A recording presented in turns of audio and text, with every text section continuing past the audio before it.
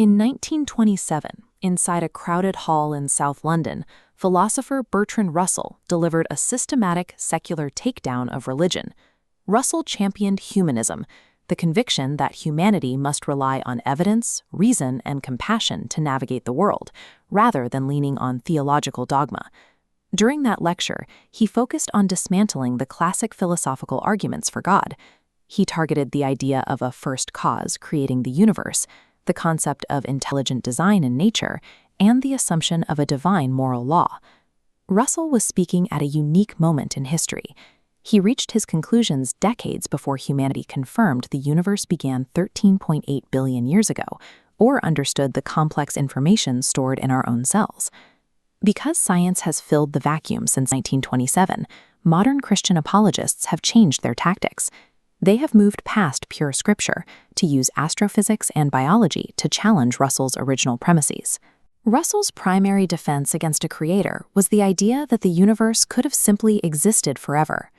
If there is no beginning, there is no need for a beginning cause. Ironically, in the same year Russell gave his lecture, a physicist named Georges Lemaitre proposed that the universe actually started from a single, infinitely dense point. Shortly after, astronomer Edwin Hubble observed that galaxies were moving away from us. This confirmed the universe was expanding, which established a definitive start date for time, space, and matter. This diagram shows the expansion of the universe stopping at a definitive beginning, time zero. Apologists argue that because time, space, and matter cannot create themselves, the cause of this beginning must exist outside of those three dimensions.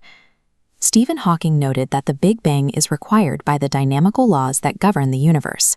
For believers, this raises a new question. Where did those intrinsic laws come from if there is no lawgiver?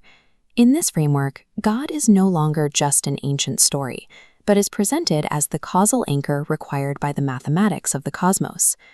Russell also questioned the idea of a designer by pointing to the defects of the world, specifically the cruelty of nature and the eventual decay of the solar system. He was looking at nature's failures, but modern apologists look at its programming. They focus on DNA, the highly complex, functional information that directs the development of every living thing. For decades, science labeled much of our genetic code as junk DNA. Then, ENCODE revealed at least 80% of the genome has a biological function. Believers argue this self-assembling, goal-directed complexity points to an intellect, inconsistent with accidental origin. By focusing on the genome, apologists have moved the debate into the microscopic structures of life, forcing humanists to explain how such dense information could exist without a programmer. Russell also presented a logical paradox. If God commands what is right, then morality is arbitrary.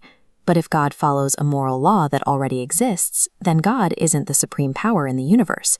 This argument was directly addressed by thinkers like C.S. Lewis. Lewis proposed that God doesn't create or submit to a moral law. God is the absolute standard of right and wrong. From this perspective, the universal human outrage at injustice isn't just a social habit. It's an internal compass that points back to an objective source. By framing God as goodness itself, apologists argue that our shared demand for absolute justice is proof that a moral lawgiver exists. Today, Russell's foundational logic remains the standard for secular thought. For many, the universe is simply just there, and humanity must forge its own meaning without a divine safety net. But the religious argument has also evolved. Believers now use every new discovery in astrophysics and genetics as evidence to support a designed reality. Russell's original provocations forced religious thought to leave the realm of pure scripture and meet modern science on its own terms. The debate hasn't ended, it has simply moved into the lab. As we uncover new mechanisms in the stars and our own cells, the argument continues over whether we are seeing the laws of physics or the signature of a programmer.